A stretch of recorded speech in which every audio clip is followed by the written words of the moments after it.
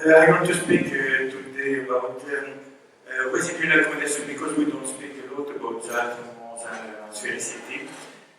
And why I use the PresbyCor software with programmable sphericity. Software is used to correct the all ametropia and presbyopia by modulating corneal sphericity. This software facilitates the treatment that use corneal depth ablation and to disinhibit residual accommodation, and I want to explain how. Thousands of patients have been successfully treated on VAs with this hyperpolarization technique thanks to programmable negative sphericity. This is the only software with programmable sphericity on the market today. You can do what you want.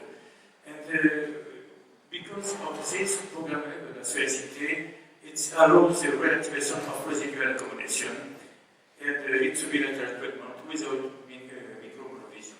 It's a one-shoot treatment. The prior calculation takes into account the over or under protein shift created by the FCAT software. Keratometry we take into account about the keratometry and sphericity, and most important, residual accommodation.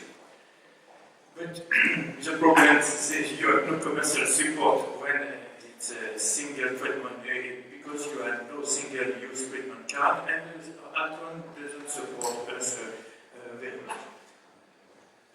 I want to explain the goal of PresbyCor is to recreate the physiological principle, which consists of the compensation of spherical aberration during accommodation. And you will see, we try to find it again. Here you have the accommodation, here internal aberration, here corneal positive, and when you have an accommodation on a young patient, you have here a big compensation of the two.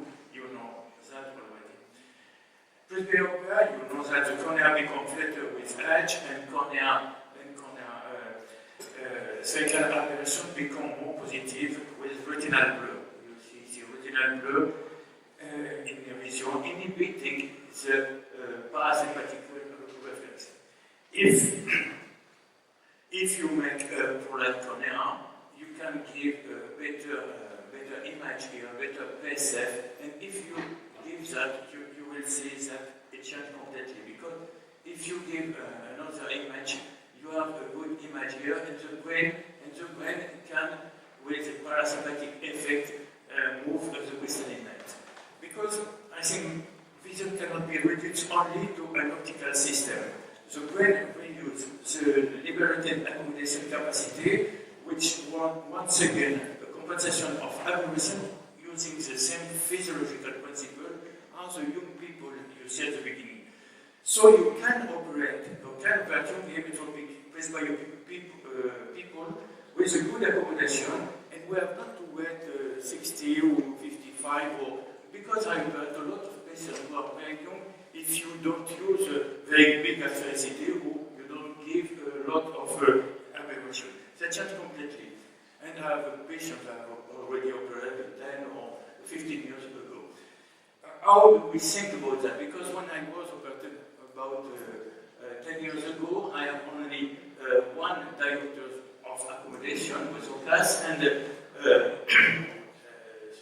some months after, I have three diopters of accommodation. So I'm looking, it's not multifocality or other, but it was my accommodation would change because I was operated 10 years ago. And now we have stability in time. For me, it's more than 9 years or 10 years, I don't know, but we have the same stability, and a lot of my patients have more than 10 years of stability with this technique. We know the sphericity is programmable with from maybe 0.25 to 1 and tissue ablation is greater in the mind periphery and more progressive than with the standard treatment. It's a very small treatment with sphericity. You know, everybody knows that spherical modulation possible linear relationship increase in corneal sphericity, and here you have sphericity will increase and spherical aberration will decrease like a linear.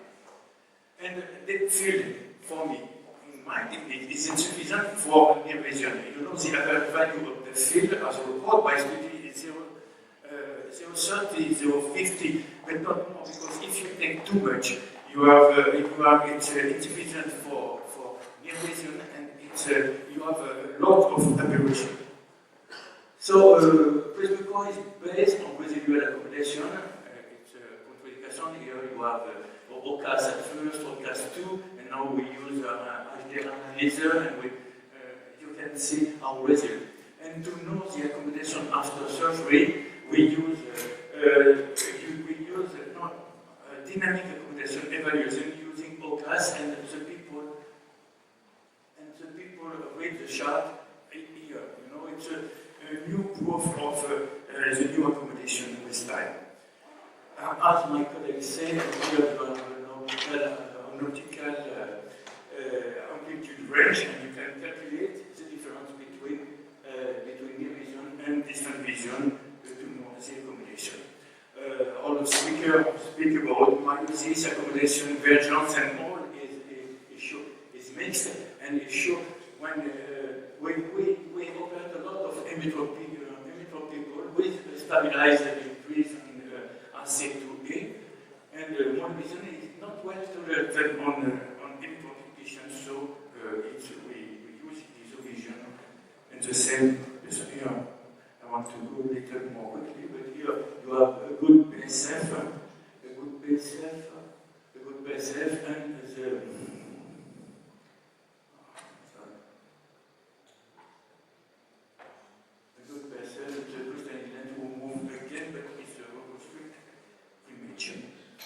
So I don't want to say about the treatment principle because I presented compensation here for hyperopy. F4 aspect treatment generated for 40% undercorrection with hyperopia, and our nomogram general PresbyCor add compensation nomogram. We can do it with keratometry 2, and we can do it with asphericity 2. Before treatment, before we do laser or lens treatment, we use a pentagram to know asphericity. We use to know the residual accommodation, to know the cataract index, and we use I-tracé to know the aberration internal and corneal. Here you have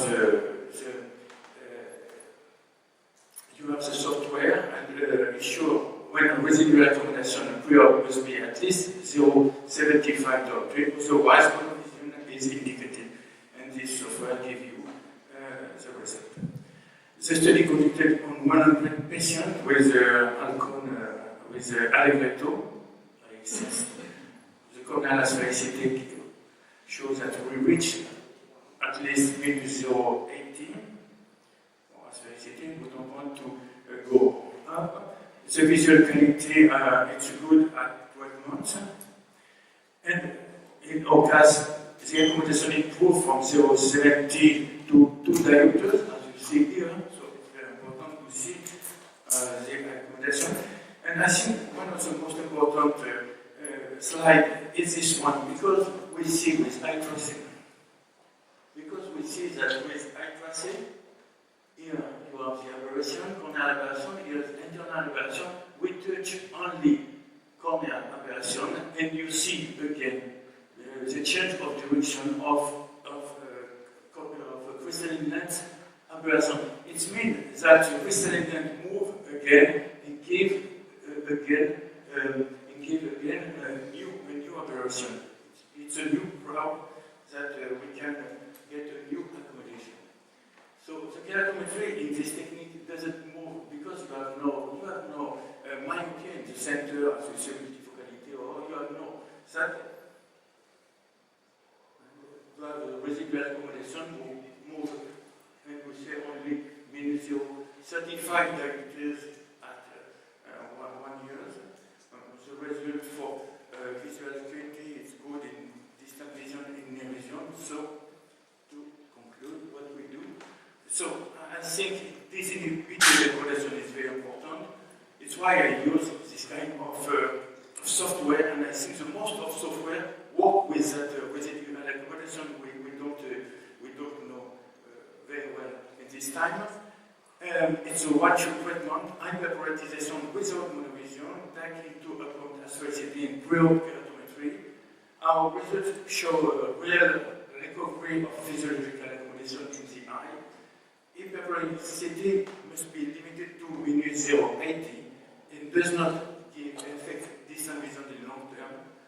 You have no visual acuity, you have a good visual acuity, and indication can include, as I say, young hemetropic presbyopic vision with eye sensitivity.